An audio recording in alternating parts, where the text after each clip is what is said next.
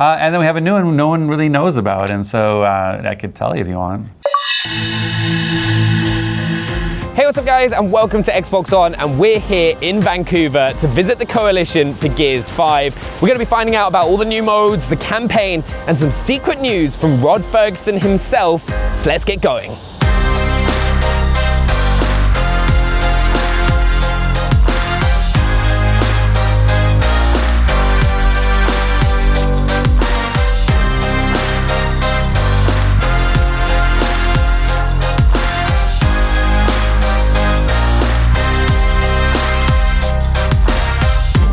So we're joined by Rod Fergusson, the studio head of the Coalition. We are so close to release of Gears 5. Very close. And what do players have to look forward to?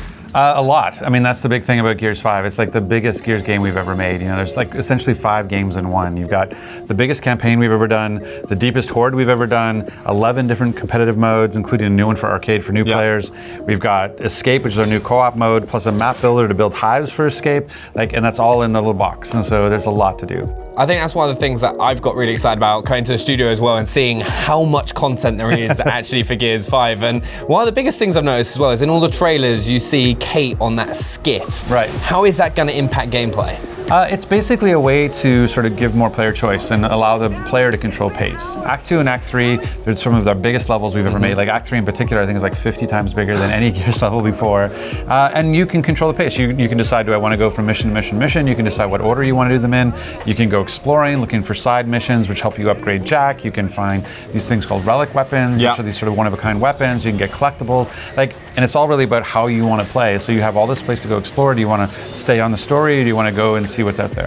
Like when we looked at how could we change up the formula of Gears, you know, we Gears 4, we really proved that we could make a Gears game, and now we're like, how can we push it in different directions? And so we looked at sort of other genres to be able to bring elements of that in. So we're bringing RPG elements in with Jack, and so Jack has all these abilities that you can use in combat, and as you go through the game, you'll discover new ones, and you have like 7 different abilities you can activate, and then you can actually upgrade them as you go. So you're going to go and find components, and you put that's a currency you can use to upgrade your abilities.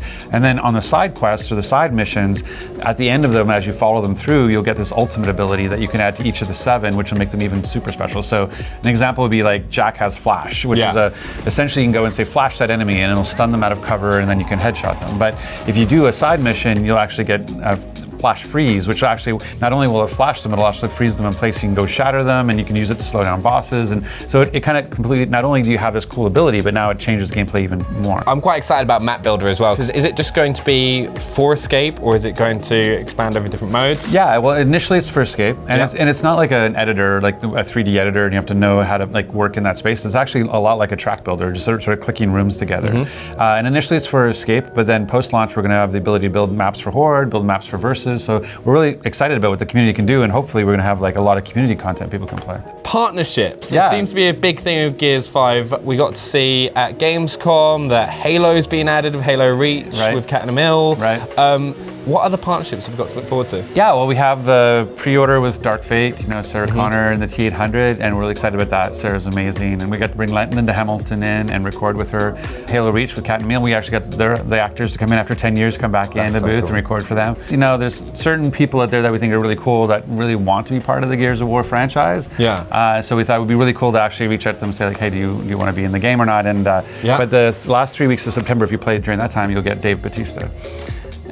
So Dave Bautista will be in the game with his like colored sunglasses running around in Marcus armor. Where basically is an alternate skin to Marcus. So you can go through and you pick, it's a different version of Marcus. But he's in the game. But he's in the game. And it's Dave, and I get to work with Dave and record his lines, and it's that's cool. So can you tell us a little bit more about the story of Kate? Because we've seen so much from the trailer that we saw at Gamescom to everything that we've seen today.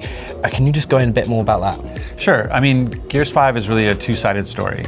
One side of the story is Kate's journey of discovery. She's, you know, at the end of Gears 4, she learns that her family has some ties to the Locust, or the former enemy. Part of the game is going off as Kate, and you see that in our trailer in 2018, where she sort of tells JD to get lost, I'm gonna go figure this out. And so that's part of the game, is to go and I think what's gonna excite Gears fans is that they get to learn about the origins of the Locust through that journey. So not only should she learn about herself, but she also learns about like how the Locust came to be and why they're here. But there's another side of the story, which is the war side. Like, you know, it's a Gears of War game. game. And so, we joked that Gears 4 was kind of 3 people lost in the woods looking for a monster. And now in 5, like the Swarm have become a legitimate threat and actually have brought war to Sarah again. And so they're on this journey to go and figure out a way to fight them. And so a big part of that is, the Hammer of Dawn, which was this sort of weapon of mass destruction in the previous games. This is something they feel like they need, and to be able to take on the Swarm. So part of it is actually going and trying to secure a Hammer of Dawn. Just like to say thank you so much. I'm so excited to be playing Gears 5. I think I'm going to go play some more right now. Yeah. But thank you very much for spending time talking to us. Really appreciate it. No, thanks for coming. I'm really glad you could play, and I hope you're having fun. Time for a little target practice.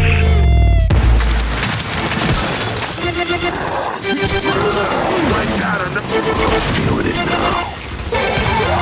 Horde mode's back, just finished playing at the Coalition for the first time, and it is so much fun. It's the Horde that we all know and love from previous games, but with a load of new additions, which just make it a little bit better and more fun. First things first is classes have changed completely. They're now heroes, with the character that you're playing as having passive abilities, ultimate abilities that are going to change how you perform on the battlefield, with each a hero having different roles. If you choose to play as Kate, you're the scout, so you're the person going out and collecting all the energy for your team. If you're Marcus, you're the tank who's going to be there trying to take as much damage as possible. And then you've got this brand new character who we know from the Gears campaigns in the past, but Jack, who is the support class in the game.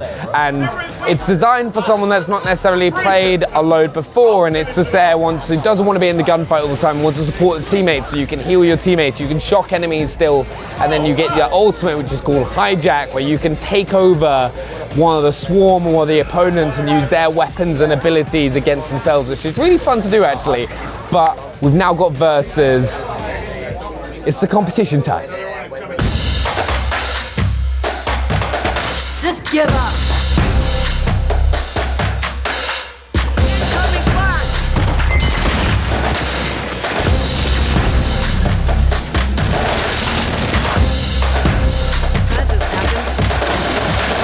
Just finished playing Versus for the past couple hours, and I have been getting my ass kicked. Like, the people in this room are so good at Gears 5 already. It's kind of scary, and it hurts me because I love being good at games, and this has just destroyed my ego completely.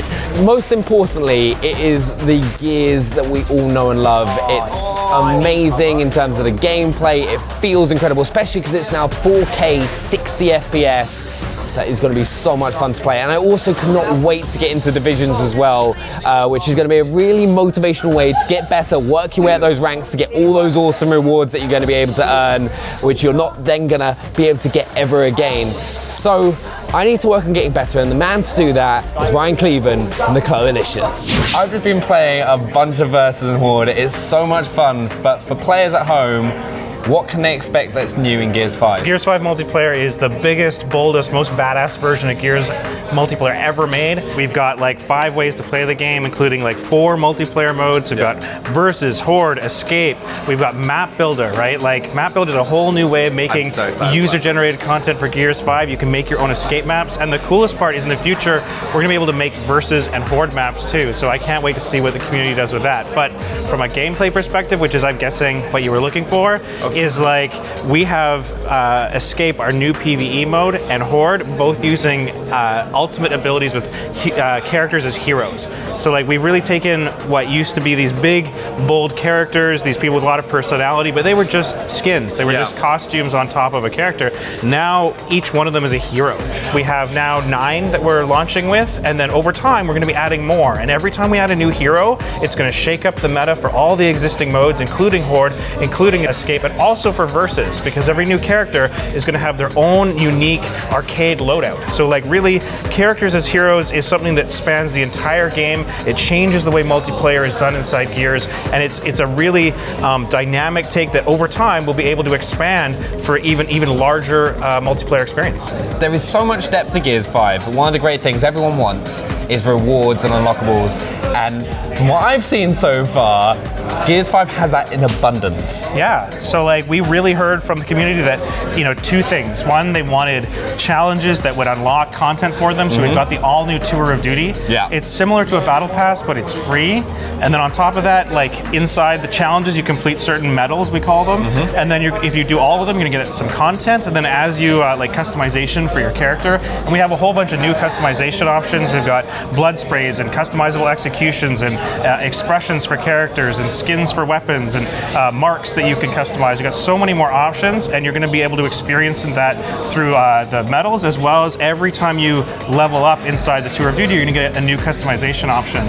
And like that is a whole bunch of content. It's part of our 3 pillars of content that we're going to be offering people inside Gears 5. We've got the tour, which is about achievement. We have supply drops, which is about kind of free content just for playing. And then we have our store, where it's a little different than Gears 4. There are no for purchase loot boxes in Gears 5. And that's something that we heard from the community. We heard from the broader gaming community that this was something that people didn't really feel belonged in AAA games. And we think that like between the 3 pillars of content that we've got, and we still offer a store with direct purchase, but you know, you get what you see, right? So like if you purchase something directly, you get exactly that thing, which sounds a little weird saying it, but like, you know, there is no more for purchase loot boxes inside Gears 5. So there we have it. That is the end of the day. We've played Horde, we've played Versus, we've played a bit of the campaign, and so much more. It's been a lot of fun. Make sure to let us know what your favorite bit has been down in the comments below. And if you are new to the channel,